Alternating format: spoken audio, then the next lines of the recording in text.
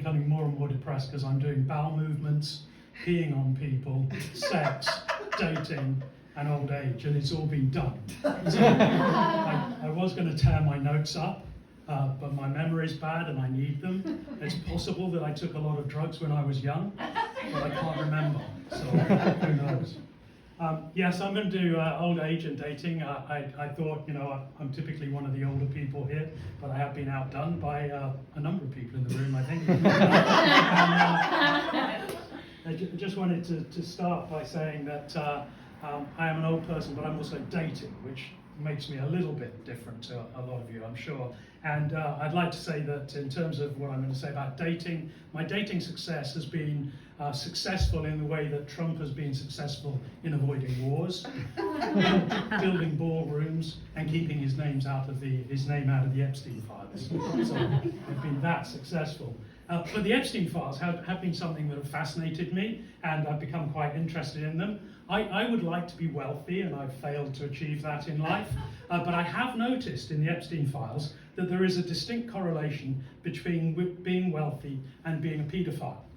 So I've decided I'm going to become a paedophile and see whether that leads to me becoming a billionaire, or possibly even the President of the United States. Now, rest easy, because I know paedophilia is a nasty subject. I did try it, so I went online to the Welland Old People's Dating site, and I entered paedophilia as one of my new interests.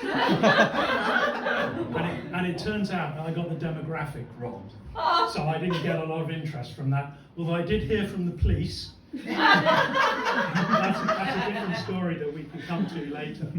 But seriously, I am confused by the fact I'm dating at this point in life, because when I was younger, I was the kind of person that a girl, my lord, in a flatbed Ford would slow down to take a look at. Nowadays, it's just old ladies in Kia Souls, and I'm honestly not sure whether they're slowing down or whether that's just as fast as a Kia Soul can go. It is pretty depressing. But I think part of the challenge in dating is that as you get older, things change. There's one of the comedians here, Maria, that I met on the first date. She introduced herself to me and said she worked with geriatrics. That was very affirming for me in that conversation. And she said, age is a state of mind. It's a lovely, lovely sentiment, and it's not true. Age is a physical state. So if you're a man of my age, your bladder has shrunk to the size of a pea, and your prostate has grown to fill whatever space there is. So, if anything goes in at the top end, it's coming out at the bottom thereafter. And people do ask me, how often do you have to pee nowadays? And like every other comedian of my age, the answer is, it depends. The challenge is that your other waste disposal system does the exact opposite, and it slows down to a complete standstill. So by the age of 60, you have to supplement your diet with stewed prunes to keep things moving. But by the age of 65, you have to supplement your diet of almost entirely stewed prunes with supplements. So I take collagen for my knees, I take alpha GPC to try and prevent memory loss, I take vitamin D for reasons that I can't remember because I have to take my alpha GPC. It's one of the inherent problems of drugs that are designed to prevent memory loss. You do have to remember them. But there is lots of people like Maria that are young, that are prepared to give people like me advice about being old. So I read an article the other day, it attracted my attention because I'm a rugby player, and it said why you shouldn't play rugby after 75. I thought I really need somebody to tell me that. But it did get me thinking about other things you shouldn't do if you're a senior citizen. And the first thing I thought of was limbo dancing. I'm probably still physically fit enough to do it, but you would be deafened by my knees if I tried it. The second thing I thought of is wingsuit flying. Senior citizens should be able to do that. It is, as Woody in Toy Story explains, merely falling with style. But after you've fallen for a bit, you then have to inflate a parachute, and it's quite some time before you get to the ground. And there are no washrooms in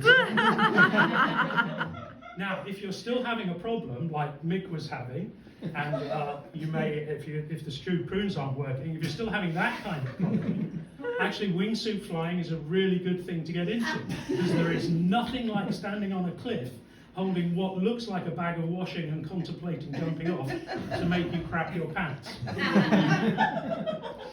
And the final thing, and this is the most tragic one, is, you know, I've had to admit I'm going to have to give up threesomes. It's not that I don't have the sexual prowess. I'd like you to know that I'm still there on all that stuff, perfectly fine.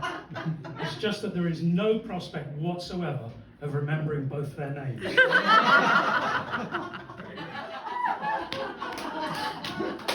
But it's just not the physical attributes that change. You've changed the rules on it. So when I grew up, dating was really simple. So to work out who paid, it was very obvious. In those days, we only paid men. So the men earned the money and they paid at the date. It was very simple. Nowadays, there's been a wealth distribution scheme taking place called divorce settlements. So women now have the money, and you have to work out who's going to pay. So I had a date recently, and the lady suggested we go Dutch. So I turned up in my clogs and my lederhosen. But it turns out she wasn't really into ethnic warfare after all. But working out who to pay is the easy bit. The real problem nowadays is consent. In my day, it was really easy. They came on a third date, that was consent. Now there's some kind of complex algorithm you have to work out in order to make sure that you've got consent. And we men, we get really worried about it. So a lady came home with me the other night, and I thought things were going well, but I wasn't absolutely sure. So I took the trouble to just have a quick word with Alexa. I said, Alexa, she's bent over the sofa, butt naked, screaming, "Take me, Neil, I'm yours." Is that enough for consent?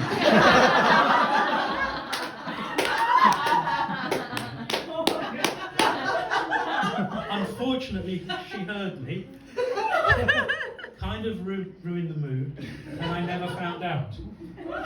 And with that, I think I've got to leave you, because I need to go and have a pee.